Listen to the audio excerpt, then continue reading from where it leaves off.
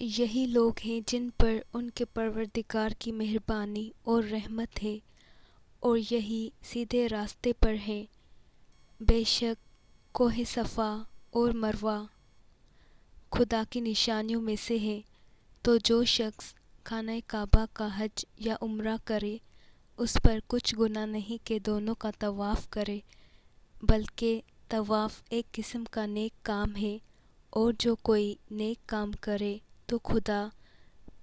قدر شناس اور دانا ہے۔ اور جو لوگ ہمارے حکموں اور ہدایتوں کو